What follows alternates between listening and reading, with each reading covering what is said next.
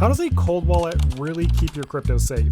This simple question rarely gets broken down into a way that's actually easy to understand. And if you don't understand how they actually work, you could be using it in a way that puts your crypto at risk. So by the end of this video, you'll know exactly how cold wallets protect your crypto, what they do that exchanges and wallet apps don't, and the one mistake I keep seeing cold wallet users make that still leads to them losing their crypto. Kicking us off is point one. It keeps crypto offline. At least that's what most people think, but that's not true.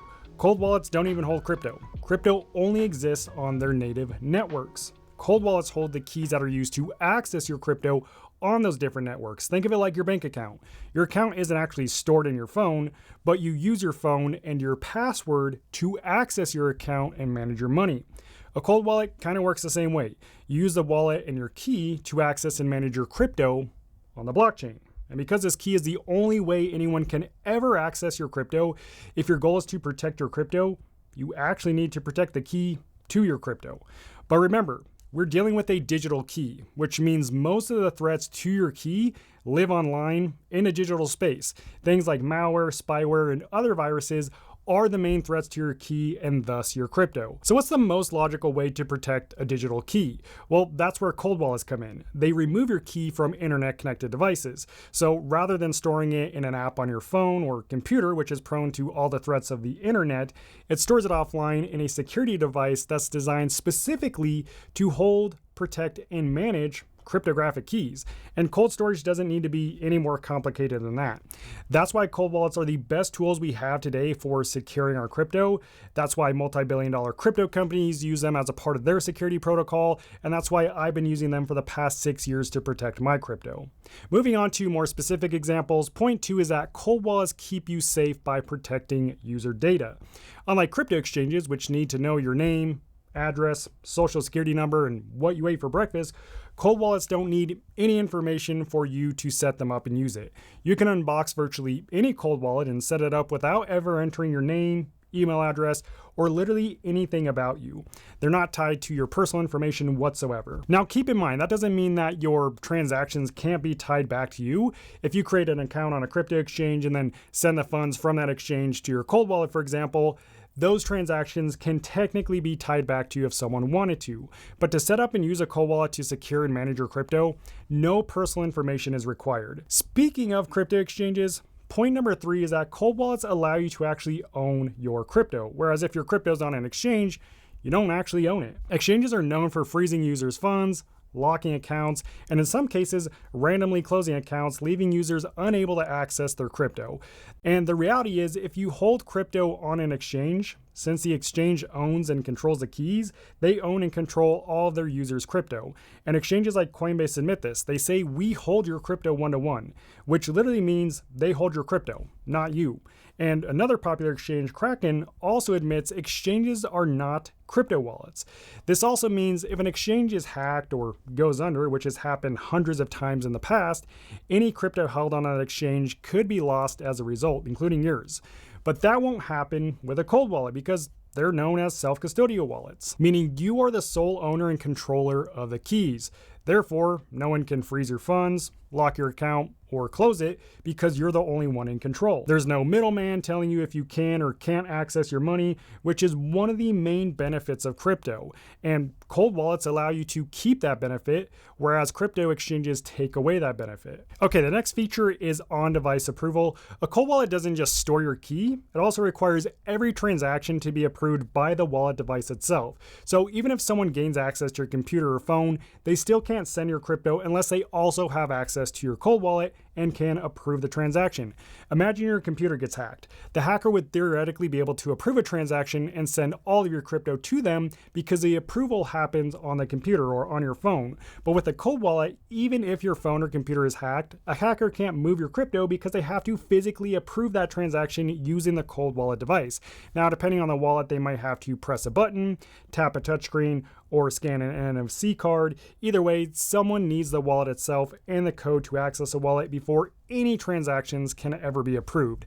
That extra layer of security is what makes cold wallets so much harder to hack than something like a crypto wallet app or simply leaving crypto on an exchange. Okay, the next feature is owner-controlled recovery. One reason a lot of people like keeping their crypto on exchanges is because if they forget their password, they just hit the forgot password button and they can reset it, or they can reach out to customer support if they need to.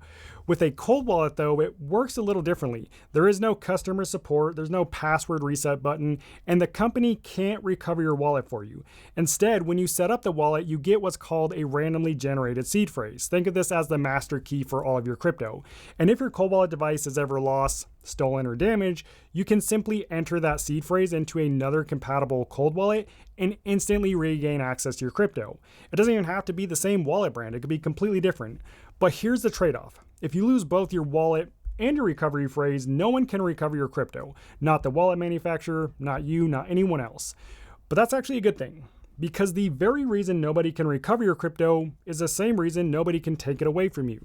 There isn't a company with a backup or copy of your keys, a password reset button, or an employee who can access your funds. You're the only person in control. So yes, using a cold wallet requires more responsibility versus leaving your crypto on an exchange because you have to keep track of the seed phrase. But it's well worth the true ownership and control that comes with using a cold wallet to protect and manage your crypto. Now earlier I mentioned there's one mistake I keep seeing people make when using a cold wallet that still leads to them losing their crypto. Well, I lied. There's actually two mistakes. And mistakes are the one thing cold wallets will not protect you from. Even though they're virtually hack-proof, they aren't immune to user error. But if you avoid these two mistakes, you'll use your cold wallet the way it was designed to be used, which is always the goal. Mistake number one is sharing your seed phrase. Anyone who knows your seed phrase, which remember is the master key to your crypto, can access your crypto. So you need to protect your seed phrase at all costs. One of the biggest scams I see is seed phrase scams. Scammers create websites that look completely legit with one simple goal: getting you to type in your seed phrase. Here's a rule you need to remember though. There is never a legitimate reason to enter your seed phrase on a website. If a website, person, or someone claiming to be customer support asks for your seed phrase, they're trying to steal your crypto, full stop. As long as you remember that though, you'll avoid one of the most common ways people lose their crypto. But that's an easy mistake to avoid, just never share your seed phrase. The second mistake though is much more dangerous because most people don't even realize they're making this mistake because they don't even know it exists. One of the biggest misconceptions about cold wallets is that they're immune to virtually all types of hacks. They're not, at least not if you unknowingly give a scammer permission to access your crypto, which a lot of people do. Every time you connect your wallet to a website and approve a transaction, you're giving that website permission to do something with the crypto in your wallet. And I'm not talking about sending crypto from an exchange to your cold wallet. That's generally considered safe. I'm talking about the websites that literally have a connect wallet button. And this lets you connect your wallet to the website so you can interact with it to do things like swap, stake, and claim airdrops directly to your cold wallet. After you connect your wallet to the website, you'll generally be asked to approve some kind of transaction. That approval is essentially you giving permission to the platform to perform a specific action in your wallet.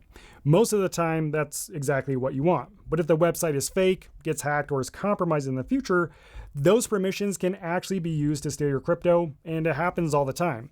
That's why if you're a more advanced user who likes to interact with DeFi or connect to different crypto websites, I'd recommend using at least 2 wallets in a very specific way to ensure the majority of your crypto remains safe.